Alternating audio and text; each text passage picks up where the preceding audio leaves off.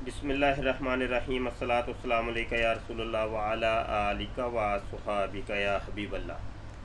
मोहतरम तलबा और तालबात, दुरूसुल बलागा के अंदर इल्मुल मानी की बहस शुरू हो रही है। फरमाते हैं इल्मुल मानी हुवा इल्मुन युरफु बिही अहवालुल लफ्ज़िल अरबिय्यी अरबिय्यिल्लती बिहा युताबिकु मुक्तदल हाली फ़यख्तलिफु सुवरुल कलामी ली इख्तलाफिल अहवाली मिसालु ज़ालिका कौलुहु ताला। यहाँ फिर अल्लाह ताला का एक कौल यहाँ जिक्र कर रहे हैं। फरमाते हैं कि इसका तर्जुमा ये है कि हुवा इल्मुन युरफु बिही अहवालुल लफ्ज़िल अरबी। इल्म मानी वो इल्म है जिसके ज़रिए लफ्ज़ अरबी के वो अहवाल जानने और पहचाने जाते हैं जिनकी वजह से लफ्ज़ को मुक्तदाए हाल के मुताबिक किया जाता है। मुक्तदाए हाल से मुराद ये है कि हाल जिस चीज़ का तकाज़ा कर रहा हो, हाल जिस चीज़ का तकाज़ा कर रहा हो। इसको आसान लफ्ज़ों में ये समझें कि मुरसल का मतलब होता है भेजा हुआ। ये रसूल के ऊपर इसका इतलाक़ आता है और अमूमी तौर पे रसूल कहते हैं कि जो अल्लाह की तरफ से भेजा होता है। लेकिन एक अरबी बोलने वाला अगर किसी अपने ऐसे शख्स के लिए ये लफ्ज़ बोले कि जो बाहर से आया है और किसी शख्स ने उसको भेजा है, उसके लिए ये बोले कि ये हुआ मुरसलुन, ये भेजा हुआ है, तो मतलब ये होगा कि वो मुक्तदाए हाल के मुताबिक वो इबारत होगी कि उस मुरसल से मुराद उस वक़्त वो वाला मुरसल होगा जो किसी शख्स ने उसको भेजा है। ये खुदा का भेजा हुआ मुरसल नहीं होगा। तो इसको कहते हैं मुक्तदाए हाल, मुक्तदाए हाल के मुताबिक हो। आगे फरमाते हैं कि लिहाजा कलाम की तमाम सूरतें अहवाल के मुख्तलिफ होने की वजह से मुख्तलिफ होंगी। अहवाल जब जब बदलेंगे तो कलाम की सूरतें भी बदलती रहेंगी। अल्लाह अज़्ज़ा वजल का ये कौल है कि व अन्ना ला नदरी, ये आगे पूरा अल्लाह ताला का कलाम है। सूरह जिन आयत नंबर 10 है।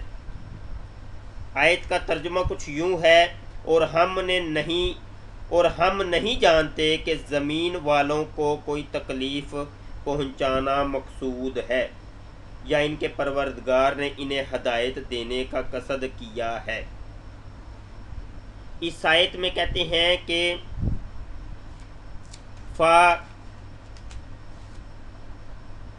फ़ा इन्ना मा क़ब्ला अम सूरतुम मिनल कलामी तुखालिफु सूरता मा बादहा लिअन्नल ऊला फ़ीहा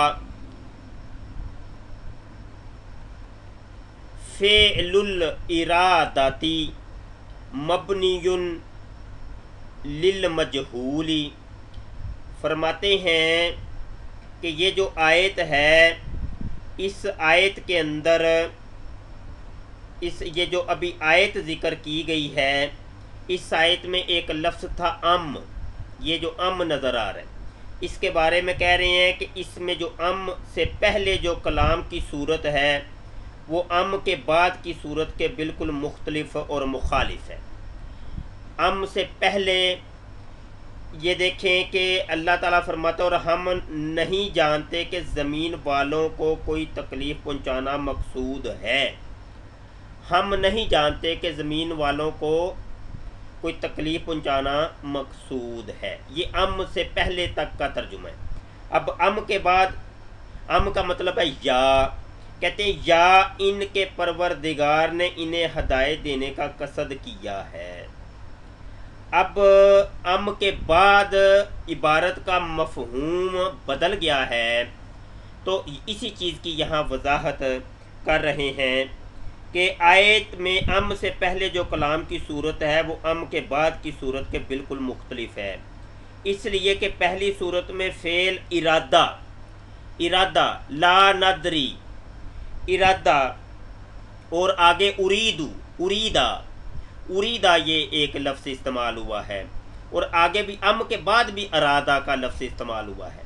कहते अम से पहले जो इरादा है फ़ेल मजहूल उरीद, उरीद ये फ़ेल मजहूल ज़िक्र किया गया है, और दूसरी सूरत में फ़ेल इरादा फ़ेल मारूफ अरादा, ये अम के बाद जो ना ये मारूफ ज़िक्र हुआ है अरादा।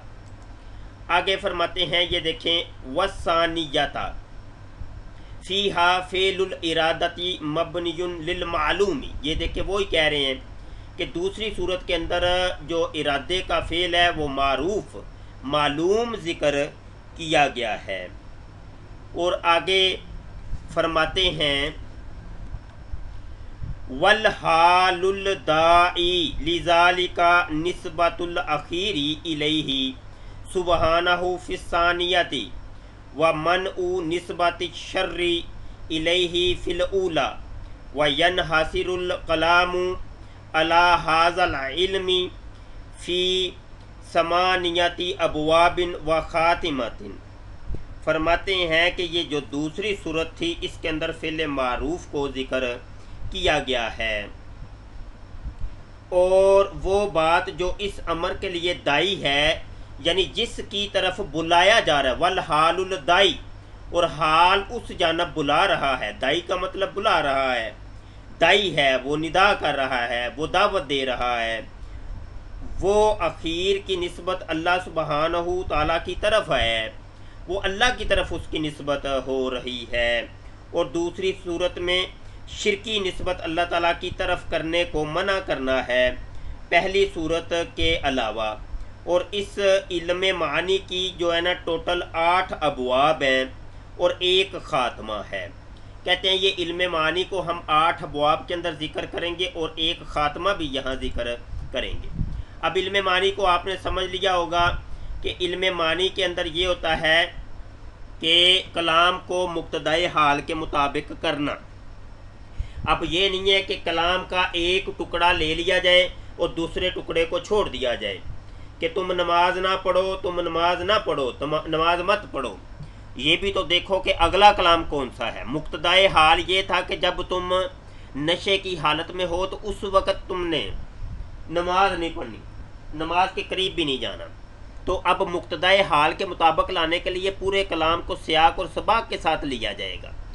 यही इल्म मानी का मुराद और मकसूद है, और इस इल्म मानी को ये आगे फिर मखसूस अबवाब के अंदर ज़िक्र करेंगे। आज के लिए इतना ही काफ़ी। बहुत शुक्रिया। अस्सलामु अलैकुम व रहमतुल्लाहि व बरकातुहू।